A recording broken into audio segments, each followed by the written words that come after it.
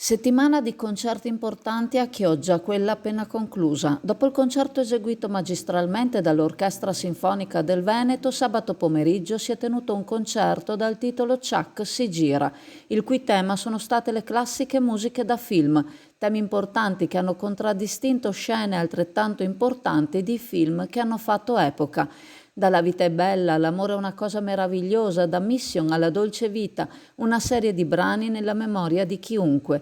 Il pianista del duo musicale Antonio Rolfini ha arrangiato tutti i brani suonati, trasformandoli da musiche per orchestra a musiche per solo piano e violoncello, un lavoro non da poco ma dal risultato eccelso. Le poesie lette da Angela Felisati, che hanno fatto da intermezzo tra un brano e il successivo, sono state recitate magistralmente.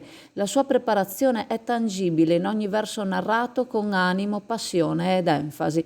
Il talento dei due musicisti, Angelo Rolfini al piano e Simone Montanari al violoncello, è stato raccontato dalla loro esibizione, che ha arricchito il pubblico presente. L'Auditorium San Nicolò che li ha ospitati in questo spettacolo, patrocinato dalla città di Chioggia, non era sold out, ma il tempo gramo ha certamente frenato qualcuno dal muoversi da casa. Un estratto di tutti i brani musicali è sul canale YouTube di chioggiaazzurra.it. Le poesie le abbiamo lasciate integralmente.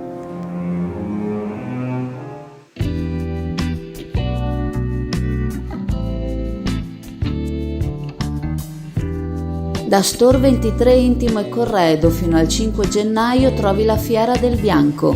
Favolosi sconti sulle calde trapunte e le eleganti lenzuola, sui soffici plaid e sui morbidi pigiami. Approfitta degli sconti irripetibili alla Fiera del Bianco allo Store 23 Intimo e Corredo.